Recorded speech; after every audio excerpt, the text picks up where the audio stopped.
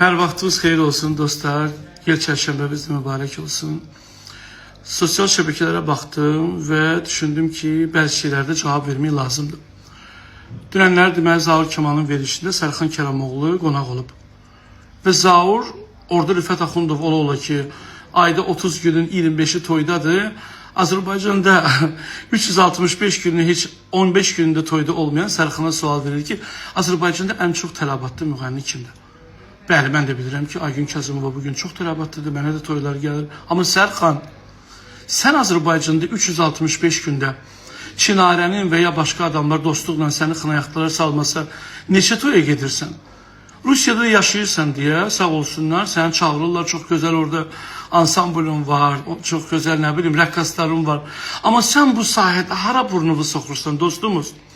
Sən haçandan toy təşkilatçısı olmuşsan. İndi bir-iki dəfə, nə bilim, dostlarımızdan Şəmkirdə falan gedir, sənə toy təşkilatçılığı gibi, o da ki, itirində olub da, yəni.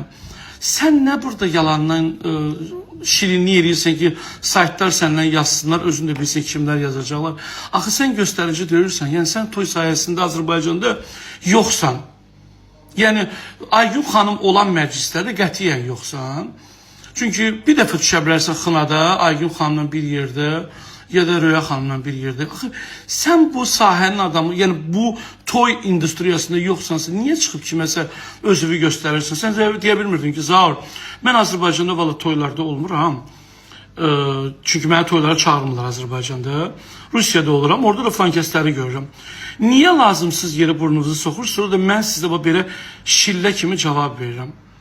Sərxan, indi mənə cavab ver. Axırıncı dəfə Azərbaycanda hansı toyda olmuşsan? Mən bilirəm, bir-iki dənə toylarda olmuşsan. Və sən Azərbaycanda axırıncı dəfə açan Aygün xanımla və toylarda olmuşsan.